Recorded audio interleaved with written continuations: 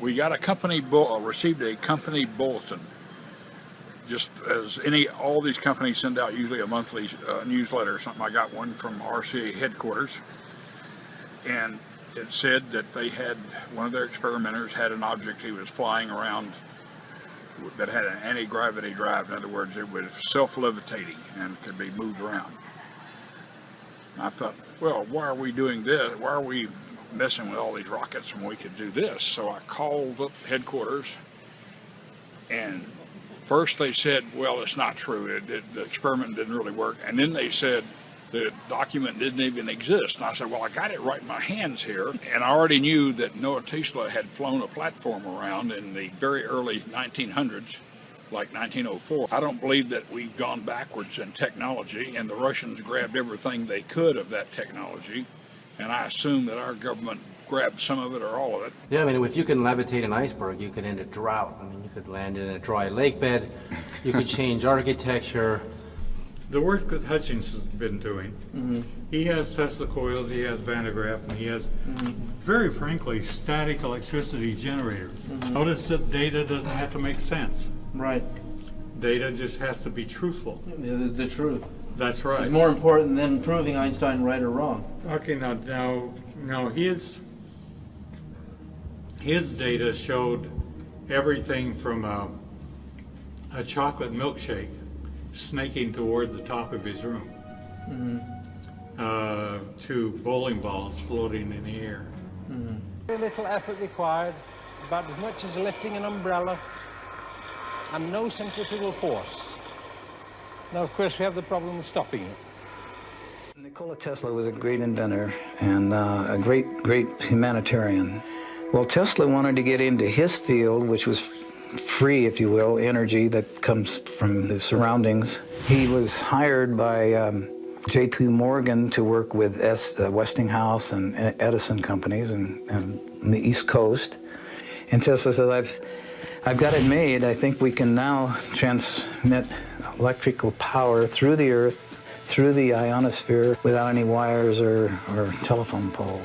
If you gave a device, like a free energy device, a generator that would service all their needs in their home for free, they could then bring out their creative talents, which they were born with and have been suppressed because they've had to toil for a living. They could be tremendous artists beyond our dreams, tremendous engineers beyond our dreams. J.P. Morgan was not buying it. He said, no, we're going to have to tear this stuff down. So Tesla kind of pulled back into himself and decided, well, I guess it's not time for this. He took a whole bunch of these bug wings and he glued them to like a Venetia blind structure, and he put it into a little platform he built. So they were all, these bug wings were all covered in here. And he used I theorize he used the wing covers as well as the inner wing itself.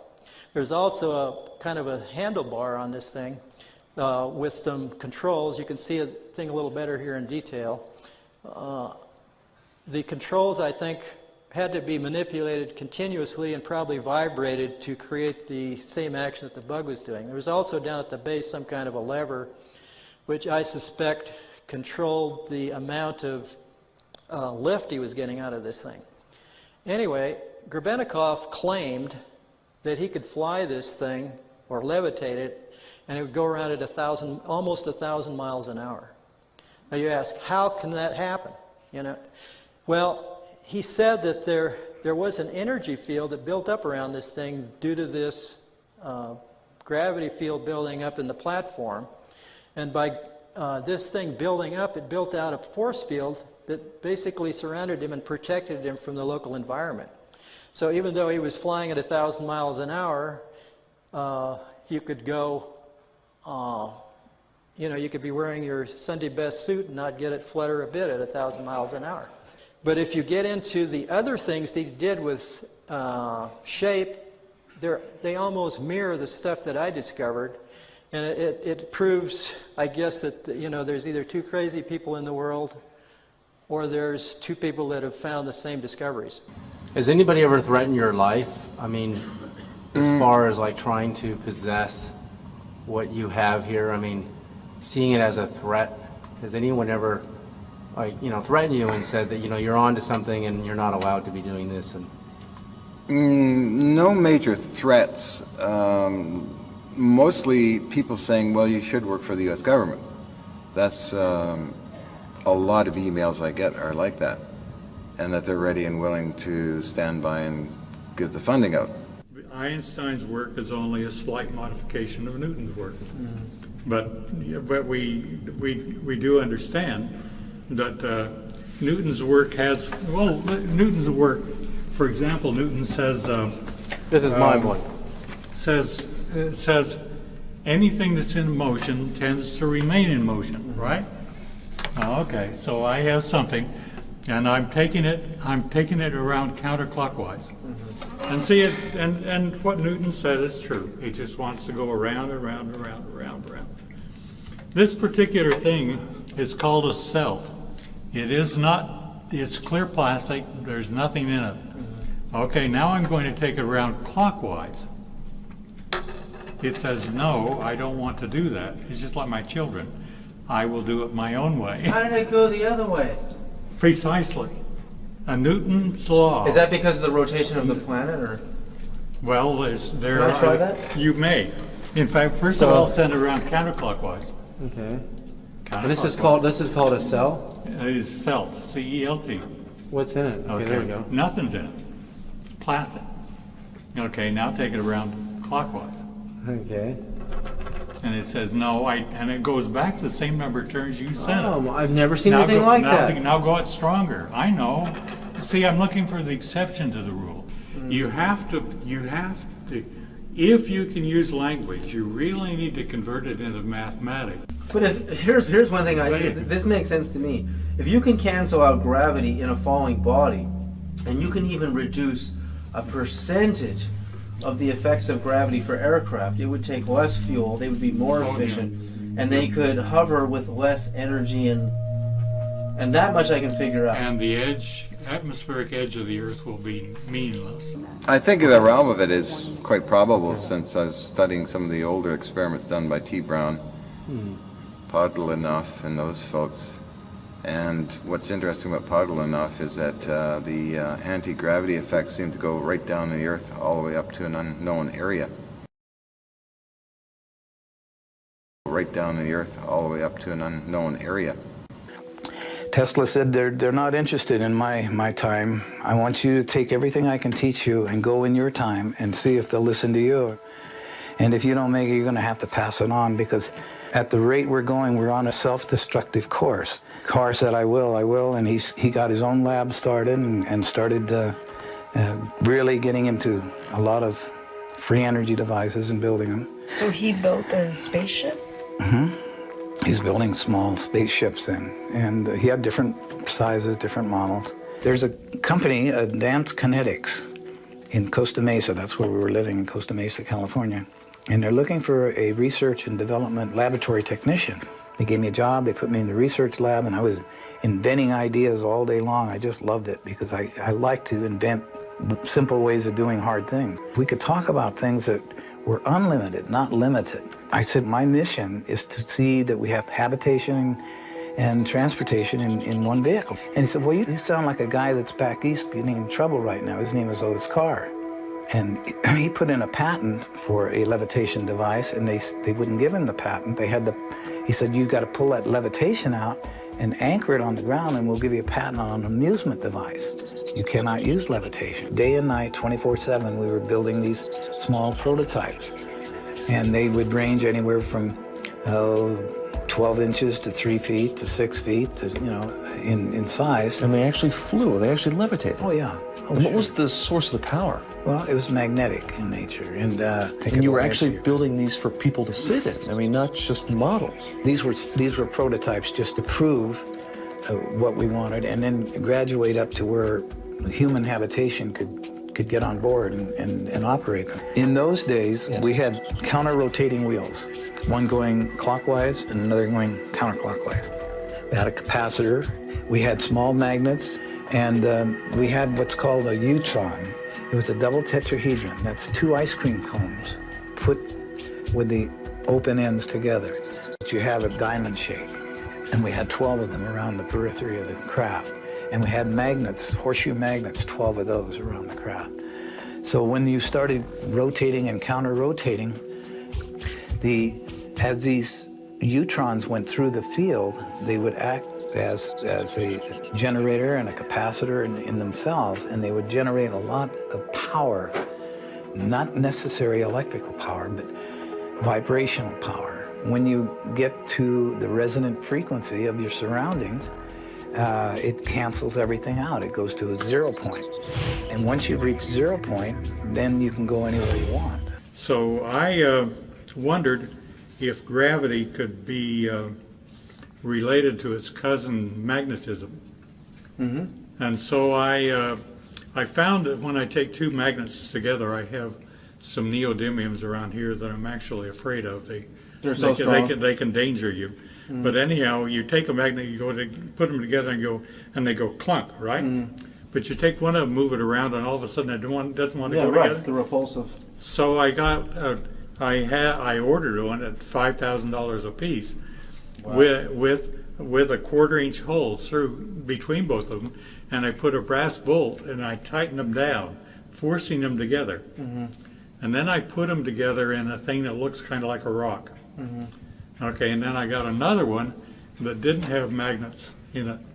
I got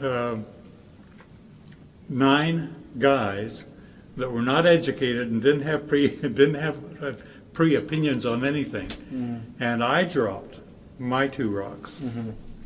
And I said, what I would like you to do is, I told them what I would like you to do is I would like you to take whichever one arrives first, get it in your hand, and when I come down the elevator, hand it to me. Mm-hmm. Now they looked identical, except for and nobody knew what was inside. Not, absolutely not. Which one arrived first? The one that had no magnetic field in it. So you were able to cancel out gravity to a certain degree. You were able to cancel, precisely, reduce the mass gravity effect. Precisely. Nature never uses English. It doesn't speak. It doesn't speak any language, but yet it's talking to us all the time. Right. And the key thing is to identify what it's saying. Can you explain what it is we're going to see? Well, this is a piece of nitinol which was made in the shape of a coil spring, and the property of nitinol is that it when it's hot and wants to get back to the shape it was when it was made. When it's cold, it's quite relaxed and will take any shape. This is now cold, and you see I can take it and stretch it out. It was made in the shape. It was made in the shape that I showed you first. And now it's cold, I can stretch it. Here I have a glass of hot water, and if I just pour the hot water on this thing,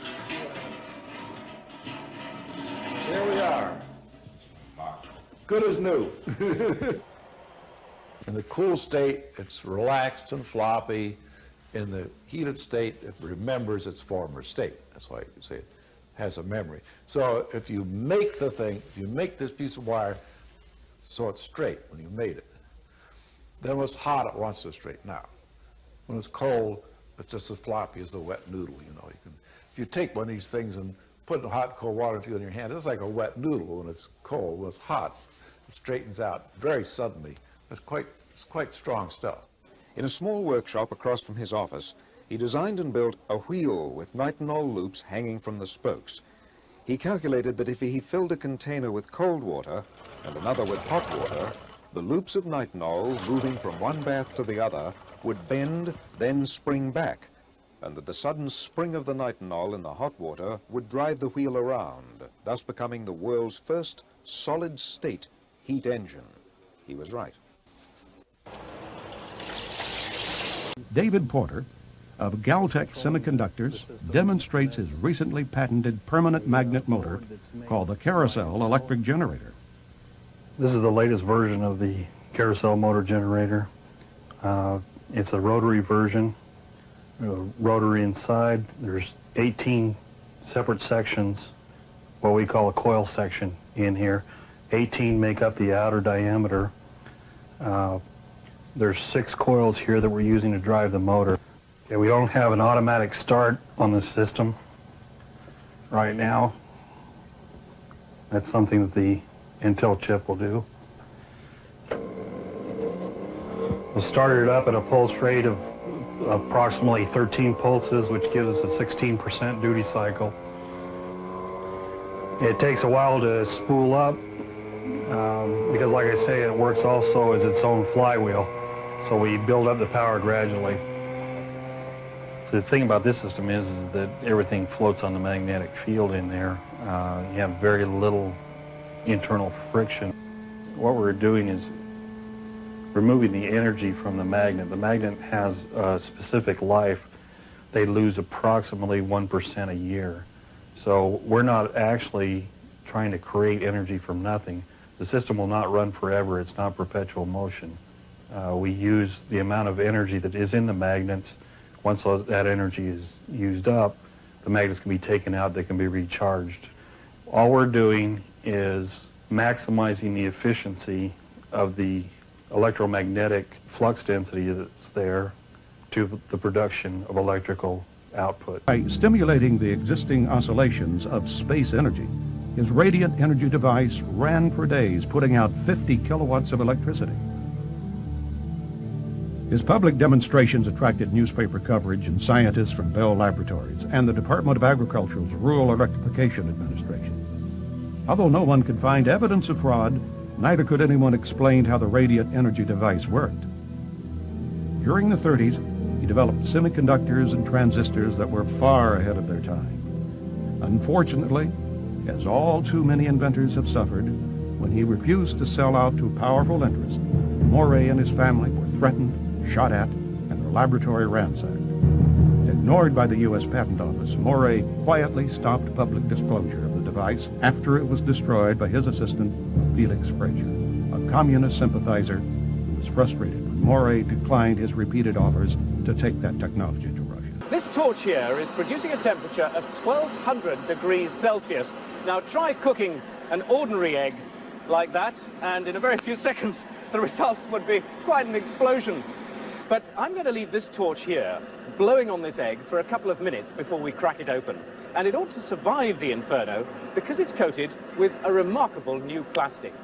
What it's made of is a closely guarded secret. All the inventor will say is that 20 years' experience as a ladies' hairdresser led him to the discovery. So how is it doing? Well, it hasn't broken up at all, and you can see on the front here it's glowing red hot. But just watch this. If I turn the flame off and remember that it was producing 1200 degrees Celsius, and I take that charred bit and I put it flat in the palm of my hand, it only just feels warm. And if I then crack it open, what's more, the egg hasn't even begun to start cooking. In Oklahoma, where oil has been king for over a century, inventor Troy Reed has been busy in his shop constructing rotating magnetic motors that he believes will soon revolutionize how we get around. And it does work. It's 150 volts. What we're going to do, turn off all the switches, make sure there ain't nothing plugged into it. There's the plug. There's your 110 volts. Motor still running. You can operate this table plumb around. Still got energy running. Nothing tied up in the back of it. Nothing on the floor. Rotate around, still running electricity. So we're looking, hoping this time next year that you'll be able to use it in your home. So that's another. And what's good about this, you're talking about electric automobiles. This right here can set it in the back of an electric automobile and generate electricity and charge batteries up in a car.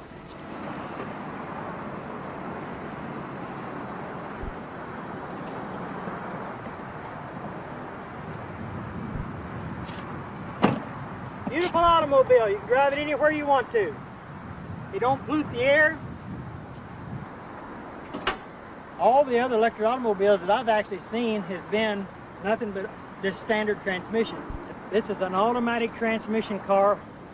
There's not a whole lot of what you call junk, I would call, under cars. I've seen a lot of electric cars that had a lot of stuff in it. The only thing that this has a battery to run the radio, the blower.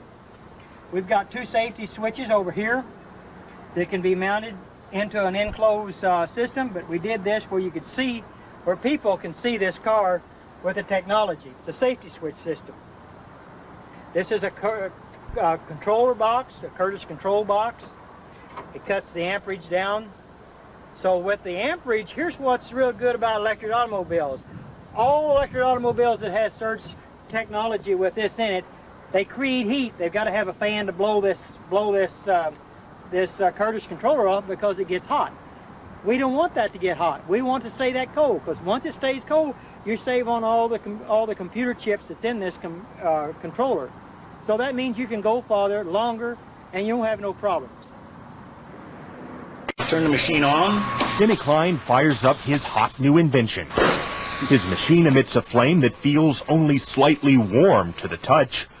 But watch what happens when he touches anything else. Instantaneously, I can burn a hole right down through the center of that brick. The flame instantly turns hotter than the surface of the sun.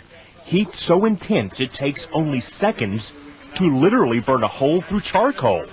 3 seconds turns a brass ball to glowing liquid metal. Tungsten lights up like a sparkler. Steel, lead, and other metals slices on contact. Yet the tip of the welder stays cool to the touch. No other gas will do this. Denny Klein uses an alternative fuel source once thought impossible.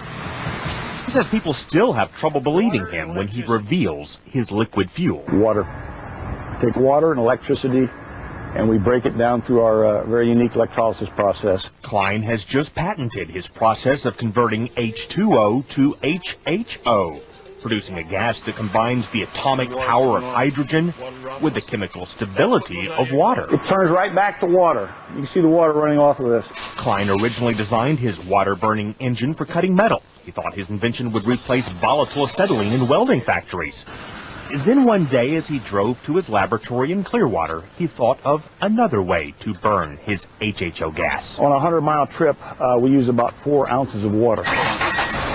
Klein says his prototype 1994 Ford Escort can travel exclusively on water, though he currently has it rigged to run as a water and gasoline hybrid. His numerous devices supposedly achieve super efficiency rates by recycling excess energy through closed-loop systems. I built the world's most efficient heat pump and developed it, and these are the evaporators for that heat pump right here. They're 8 feet high, 3 feet wide.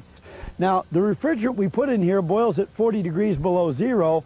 Therefore, anytime, day or night, outside in a rainstorm or in a windstorm or hailstorm or a snowstorm, or just out on a nice hot sunny day or in the middle of a cold night, as long as the refrigerant that's inside this panel is colder than whatever the air is out here or the phenomenon that's hitting this panel, then the heat from the air or the sun or the wind or the rain or the sleet or the snow will be transferred into the refrigerant on the other side, because it's the second law of thermodynamics. Hot goes to cold. So if this is the coldest thing outside, anything out there that touches it is going to give its heat to it. A little bit of heat goes a long way. That gas starts expanding like crazy, and as it expands, it then is drawn into the compressor, not through suction. I've got engineers and inventors that don't like to use the term suction, but through negative pressure. So as the compressor is creating this negative pressure, the gas is migrating to it. And so a compressor is a gas pump. It'll pump gas. And so the gas is being pumped by the compressor into the compressor, elevated in temperature. And even though if you touch this panel, it's ice cold to your hand, and if you touch the line going out of the panel, it's still ice cold to your hand. When it hits that compressor, compressor takes all the gas in this space, puts it in that space, elevates the pressure and the temperature. Going out of the compressor, do not touch that line whenever that thing is on, because it's 200 to 250 degrees hot. And so that's where we get the heat. All of the heat is transferred in here. We then use a compressor to take the relatively useless energy that we've got and elevate the temperature and pressure and make it very useful energy. Then that heat would be transferred later. This is something you won't see in the world market, because the oil companies, of course, don't want this on the market. It's just a wooden frame. It's got a auto switch on it right here, an automobile switch, which... I'm going to get closer. Okay, turns it off and on. I put a cover over it, a jar, to protect it. Now, it's compressed. The material in this is made of one rod is made of 73 different elements. The other side is made of 74 elements. There's one additional element, and that's why one is negative and one is positive. The one builds up electrons. The neutrinos that strike the Earth 24 hours a day and other things striking the Earth, the combination of them causes electrons to build up in one of these rods, and it depletes them in the other side, much like a solar panel works, very much like a solar panel. But a solar panel needs light 24 hours a day if you're going to use it 24 hours. Otherwise, it only works when the sun comes out. Now, this here, as you can see, very, very light, has practically no weight to it. But there's plenty of energy there. Now, as I run this up the rod, you can see. Let me get a little closer there, okay. These are Christmas tree lights, 110 volts. So this is a 25 watt bulb. 110 and 25 watts. Now, let's see what happens when we put that on. Now, of course, it won't be as bright because this takes a lot of amperage, and the wattage. This here, the watts on this thing here is only about, right now, about 18 watts only, and this is 25 watts. Now, do the rods get hot? No, the rods don't get hot. The light bulb is just hot. Yeah, because it's... it gets hot. Now, you need a very big battery to do that, if you want to do that with a battery. That's to show there's no power here as far as storage power. It stores a certain amount of electrons because it builds up. So that we can show they're not like a solar panel. Now let's turn the switch on. So the power is now going from the bottom terminals through the switch here to the top here. Right, okay. Now we use these two terminals on here because sometimes at the cave site we used to use this to charge the big battery. You see? So that's why we put those terminals on it. Now let's black it out. See if we can still light it. See what I mean?